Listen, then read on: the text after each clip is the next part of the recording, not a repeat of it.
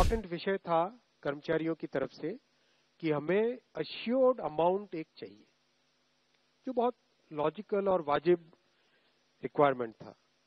50% assured pension, ये इस UPS का सबसे पहला पिलर है। इस फुल पेंशन के लिए जो क्वालिफाइंग सर्विस रहेगी वो रहेगी 25 years. Assured pension, assured minimum pension 10,000 rupees per month, वो इसमें यूपीएस में थर्ड पिलर ये रखा गया है। ऑप्शन रहेगा, कोई अगर एनपीएस में रहना चाहे तो एनपीएस में रह सकता है, यूपीएस में ऑप्ट करना चाहे which is naturally a very attractive scheme, तो उसमें ऑप्ट कर सकता है। आज प्रधानमंत्री श्री नरेंद्र मोदी जी की अध्यक्षता में यूनियन कैबिनेट ने यूनिफाइड पेंशन स्कीम को अप्रूव किया है, इसको अनुमोदित किया है और ये स्कीम अभी आने वाले समय में लागू होगी। इम्पोर्टेंट विषय था कर्मचारियों की तरफ से कि हमें अश्योर्ड अमाउंट एक चाहिए, जो बहुत लॉजिकल और वाजिब रिक्वायरमेंट था। तो इस डिमांड पे एक मेथोडिकल वे में काम करके और एक्चुअरियल साइंसेस, जो लोग आगे का भविष्य का रिक्वायरमेंट वगैरह कंप्यूट करने का एक तरीका होता है जिसको एक्चुअरियल साइंस बोलते हैं, उनके साथ मिलके कई तरह के फाइनेंशियल मॉडल्स को प्रोजेक्ट करके और सबके साथ मिलके एक सिस्टमेटिक तरीके से 50% अश्योर्ड पेंशन, ये इस यूपीएस का सबसे पहला पिलर है। इसकी डिटेलिंग देखनी चाहिए हमें। जो ये अमाउंट मिलेगा वो रिटायरमेंट से पहले के 12 महीनों की एवरेज बेसिक पे का 50% होगा। मैं रिपीट कर रहा हूं, अश्योर्ड पेंशन का जो अमाउंट है that will be the average of basic पे ऑफ 12 मंथ्स बिफोर सुपर एनुएशन, उसका 50% होगा। और इस फुल पेंशन के लिए जो क्वालिफाइंग सर्विस रहेगी वो रहेगी 25 इयर्स, यानी 25 वर्ष तक अगर किसी ने काम किया है, सेवा की है, तो उसको फुल पेंशन यानी जो ये अश्योर्ड पेंशन का अमाउंट है वो मिलेगा। 25 साल से अगर कम है लेकिन 10 साल से ज्यादा है तो उसमें प्रोपोर्शनेट पेंशन रहेगी, प्रो रेटा वो पेंशन का अमाउंट बनेगा। जो कभी किसी कर्मचारी की डेथ हो जाए तो फैमिली पेंशन एक बहुत बड़ा, स्पाउस के लिए ये बहुत बड़ी एम्प्लॉयज की एक रिक्वायरमेंट थी, डिमांड थी। तो सेकंड पिलर इस यूपीएस का है अश्योर्ड फैमिली पेंशन।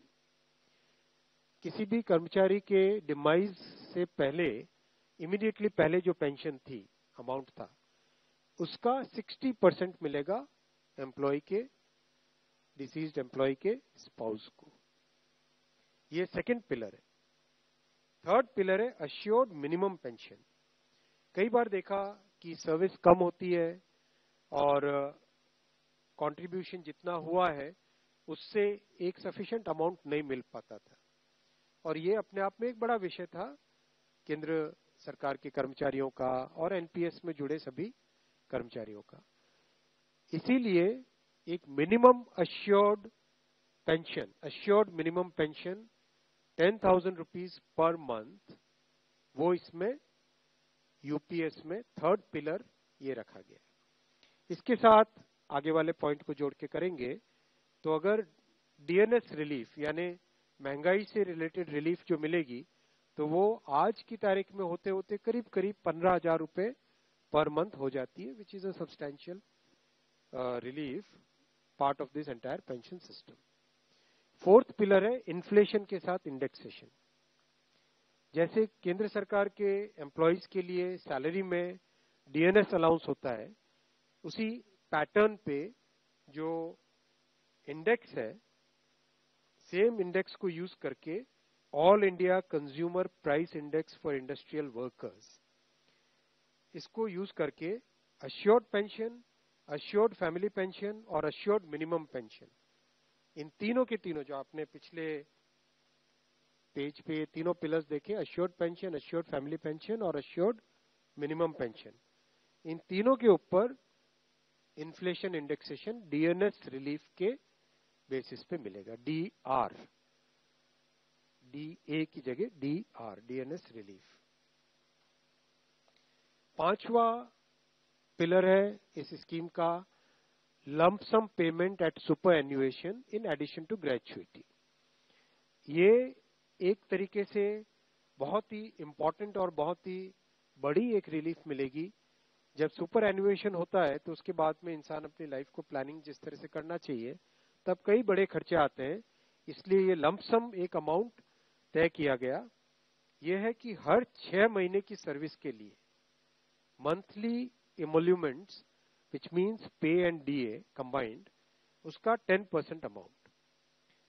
तो ये एक अपने आप में सब्सटैंशियल एक अमाउंट रह जाएगा। जैसे मान लीजिए किसी का 30 इयर्स की सेवा है तो उसमें करीब करीब 6 महीने की सैलरी, सोमनाथन साहब दैट्स करेक्ट ना, करीब करीब 6, तो उसको 6 महीने की emoluments जो उसकी रहेगी पे प्लस डीए मिला के, वो एक लमसम अमाउंट की तरह मिलेगा। ये 5 पिलर्स को लेके आज यूनिफाइड पेंशन स्कीम अप्रूव हुई है।